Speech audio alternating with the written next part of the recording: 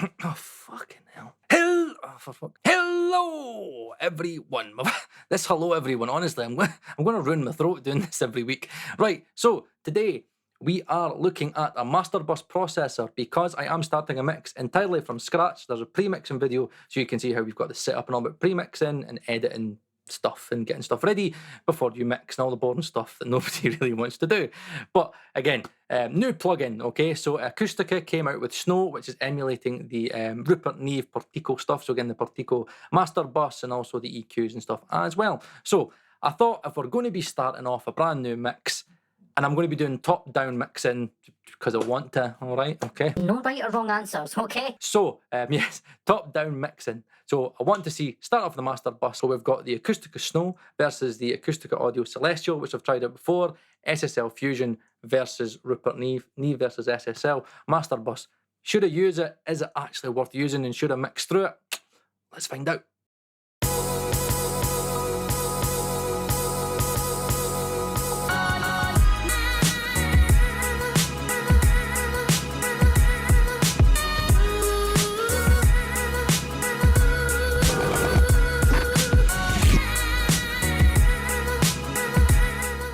Right, okay, so new plugin has came out. I'm such an audio geek. I love when new plugins come out, especially Acoustical Audio, because they never tell you what it is and you've got to do all the guessing to find out what it is. But we've managed to find out it is based off the Rupert NEVE Portico stuff, all right? And know what? I'm not going to lie. I'm still gutted about Rupert NEVE. Eh? My God. I hate, no, how much of a shit year has this been? Fucking Al Schmidt died and then fucking Rupert NEVE as well. Fucking hell, all these greats are going.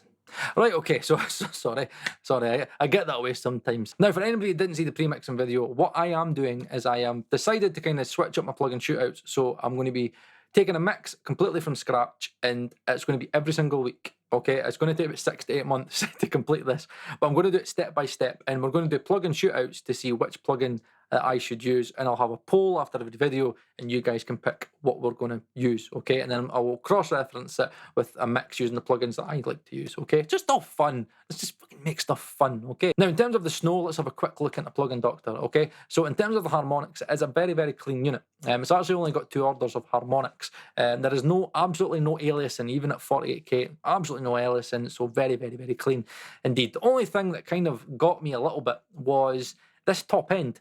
See, when you're using the top end, it's weird. Sometimes I can see, I don't know if is it called truncation. I've got an audio engineer that's really into this stuff, and he's like, sometimes if I'm a little bit unsure about something that I see in plugindoctor, I send it to him and he gives me sweeps, and I've got to like print them and send them back to him, and he looks at it in RX and stuff. So in terms of what he was able to see, there is possibly a little bit of echoing going on in the master bus. So this is the master bus, okay?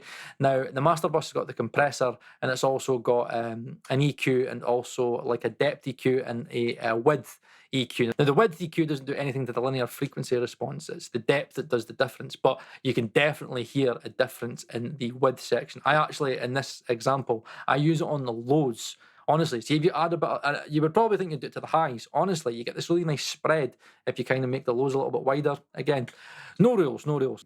Now the drive adds quite a lot of like non-linearity into this plugin. And you know what, I love non-linearities, okay? Because I like stuff to not be linear, because you can reproduce linear, okay? Again, just think about stock plugins. You can kind of do a lot of what these plugins do with just normal EQs. But I love the non-linearities of this. You put that drive knob on and wow, you get this kind of, it's almost like little ripples and stuff, and it's just really non-linear, and I like stuff like that. And again, if you use kind of like this, it's kind of like a density knob really, and again, you start kind of moving that, and you kind of see you get a little bit more low-end response. So again, it's kind of tonal options. So to me, I find the master bus a little bit smeary, and I don't like it on its own. I was actually really worried that I was like, I hate it. I actually really didn't like it. I love the low end. I love the low end spread. And I just was like, yeah, it's just the top end sounded smeary, and I don't know if it is to do with this. If you use the drive function, what it does do, you can see it rolls off those highs. But in terms of getting the best sound out of it, I find that if you use the master bus in conjunction with the EQ doesn't have that kind of issue in the high end.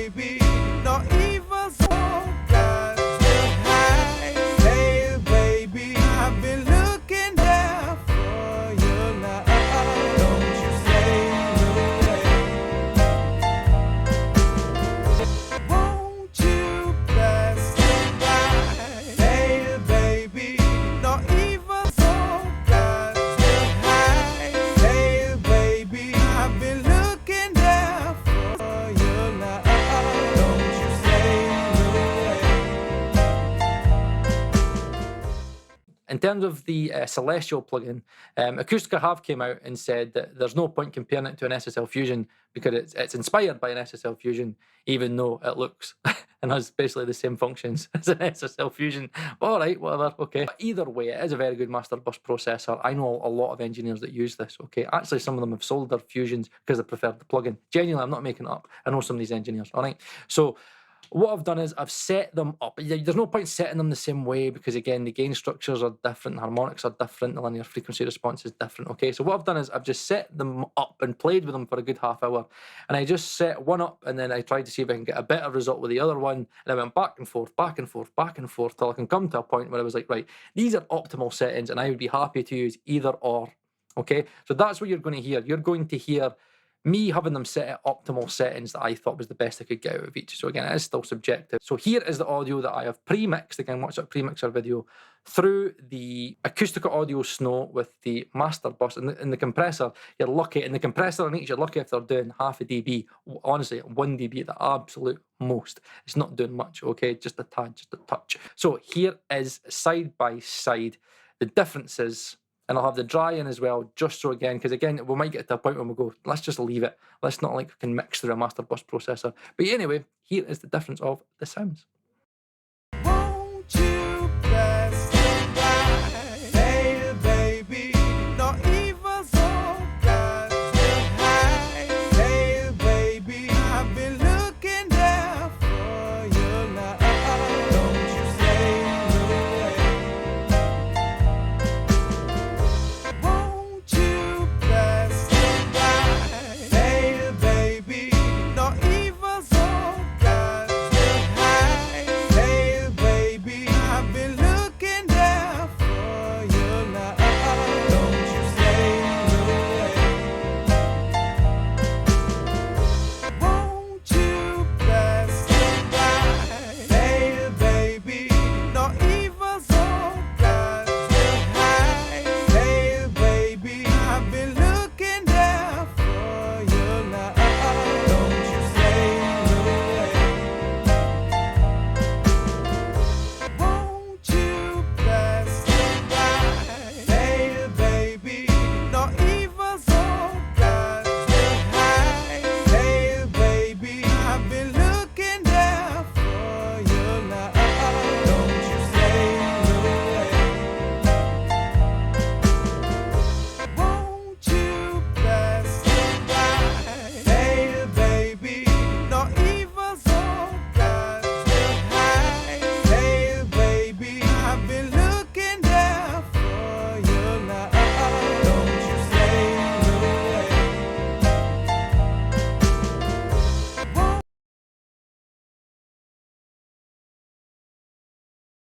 Won't you pass me by? Hey, baby, no evil soul got to hide. Hey, baby, I've been looking there for you now. Don't you stay away. Won't you pass me by? Hey, baby, no evil soul got to hide. Hey, baby, I've been looking there for you now. Don't you stay away. Won't you pass me by? Hey, baby, no evil soul got to hide. Hey, baby, I've been looking there for you now. Don't you stay away.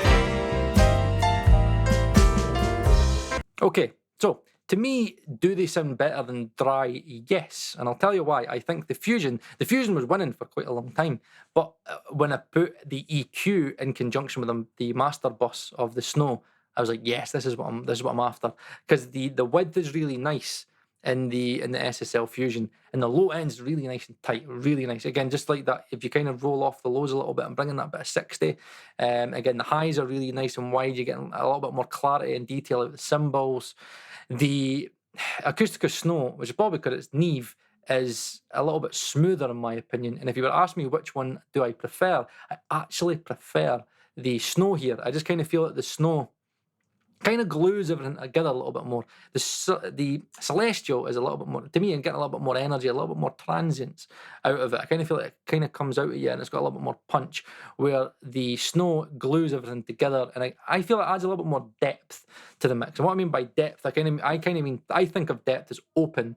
Everything, I call it pockets. I kind of feel like everything's got a little bit more of a pocket while still being glued together. I know I'm terrible at describing stuff sometimes, but that's what I hear. I think kind of in colours a little bit, and that's the way I think. So they're both really, really good, and I'm to a point where I'm like, the Celestial will be really good. It's got the width, it's got the punch, it's adding a little bit more character, but I kind of feel like the vocal and the overall low end weight of I'd say the low end is punchier in the Celestial, but the low end weight, because I've managed to spread it using the width of the masterbus, because I've chosen the lows and spread it out, I actually feel like it's not as punchy, but it's got an overall nice glued low end.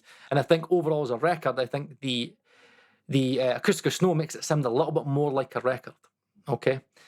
And it's tight, but again, it's totally subjective. So what I want you guys to do is leave your comments down below, what you kind of heard and what you thought and the differences of each, and also go to the community section of my channel and there'll be a poll and you guys pick. So there'll be 3 options. So we're either going to not mix through a masterbus processor, or we're going to mix through the Acoustica Snow or the Celestial.